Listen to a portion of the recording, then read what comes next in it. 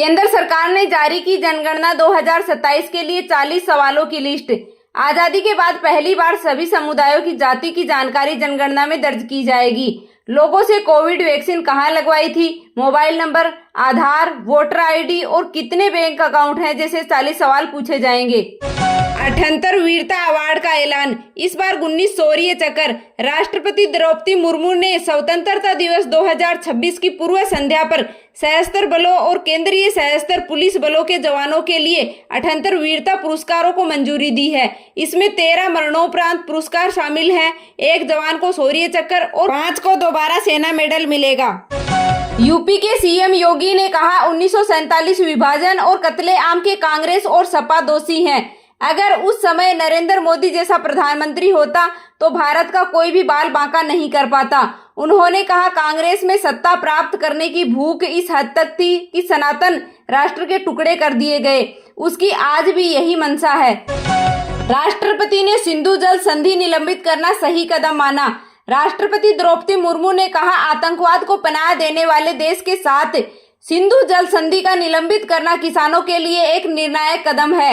उन्होंने आगे कहा कि हमारे स्टूडेंट भारत के भविष्य निर्माता हैं। एग्जाम सिस्टम में सुधार के लिए सरकार प्रयास कर रही है। बैंकॉक में 28 घंटे से फंसे भारत के 200 लोग एयर इंडिया की फ्लाइट से वापस भारत लौट रहे थे, लेकिन तकनीकी खराबी के कारण फ्लाइट रनवे से वापस लौट आई। यात्रियों ने कहा कि एयर इंडिया ने न तो फ्लाइट कैंसिल की और न ही रिफंड किया। कॉकरोच विवाद पर सीजेआई सूर्यकांत बोले मेरी टिप्पणी का गलत इस्तेमाल हुआ, देश के युवाओं को भटकाने की कोशिश की गई। उन्होंने कहा अदालती कार्यवाही का क्लिप वायरल किया गया, जो बात कही ही नहीं गई उसे गलत तरीके से पेश किया गया है। किरेन रिजिजू बोले जंतर मंतर पर गोली नहीं चली। उन्होंने कहा विपक्ष प्रदर्शन के दौरान गोली चलाने का झूठा दावा कर रहा है। जब जंतर मंतर पर गोली चली ही नहीं तो किसने चलाई का सवाल नहीं उठता। हजारों की भीड़ में पेलेट गन चलाई होती तो बड़ी संख्या में लोग घायल होते, सिर्फ 2 ही लोग घायल नहीं होते। विदेशी नेताओं की टिप्पणी पर एमईए की नसीहत। विदेश मंत्रालय ने विदेशी नेताओं से संबंधित राजनीतिक टिप्पणियों में संयम और सम्मान बरतने का आह्वान किया। राहुल गांधी ने विदेशी नीति पर कमेंट किया था। 10 में से 9 पाकिस्तानी भारत को खतरा मानते हैं। यह जानकारी अमेरिकी प्यू रिसर्च सेंटर के सर्वे में सामने आई है। भारतीय भी अपना सबसे बड़ा दुश्मन पाकिस्तान को ही मानते हैं। भारत अपना सबसे अहम पार्टनर रूस मानता है, वही पाकिस्तान ने चीन को अपना सबसे बड़ा सहयोगी देश माना है। आरजीकर केस में गिरफ्तार पूर्व टीएमसी विधायक पर हमला। कोलकाता के आरजीकर अस्पताल की डॉक्टर के रेप मर्डर केस में गिरफ्तार पूर्व टीएमसी विधायक निर्मल घोष को कोर्ट ले जाते समय भीड़ ने लात गुस्सों से पीटा। आरजीकर अस्पताल में 9 अगस्त 2024 को ट्रेनी डॉक्टर का रेप मर्डर हुआ था। पूर्व टीएमसी विधायक निर्मल घोष सहित 3 आरोपियों पर जल्दबाजी में डॉक्टर का अंतिम संस्कार करवाने का आरोप है। समय रैना समेत 5 कॉमेडियन के खिलाफ केस रद्द। दिव्यांगों के खिलाफ कमेंट और उनका मजाक उड़ाने पर कॉमेडियन समय रैना समेत 5 के खिलाफ एफआईआर दर्ज की गई थी। सुप्रीम कोर्ट ने इन पर दर्ज केस शुक्रवार को रद्द कर दिया है। कोर्ट ने ही अब दिव्यांगों में जागरूकता लाने की कोशिश और उनके लिए चेस टूर्नामेंट कराने पर इन कॉमेडियन की तारीफ की। उत्तराखंड में चमोली जिले के पिपलकोटी में निर्माणाधीन टनल में पानी और मलबा भर जाने से 7 लोगों की मौत हो गई। 3 लोग अभी भी टनल में फंसे हुए हैं, जिन्हें बचाने के लिए रेस्क्यू ऑपरेशन जारी है। टनल में कुल 22 लोग फंसे थे। यूपी के कई जिलों में तेज बारिश हो रही है। वाराणसी में गंगा का जल स्तर बढ़ने से घाट के किनारे 100 से ज्यादा छोटे मंदिर डूब गए हैं। हिमाचल में भारी बारिश और लैंड स्लाइड ने रेल और यातायात प्रभावित किया और आगे भी 18 अगस्त तक भारी बारिश का अनुमान है। बिहार के समस्तीपुर जिले में 10 गाँव बाढ़ से घिरे। राजस्थान के 18 जिलों में बारिश का अलर्ट। जैसलमेर में बरसाती नदियां बही। ईरान जंग ने तेल कारोबार का तरीका बदला।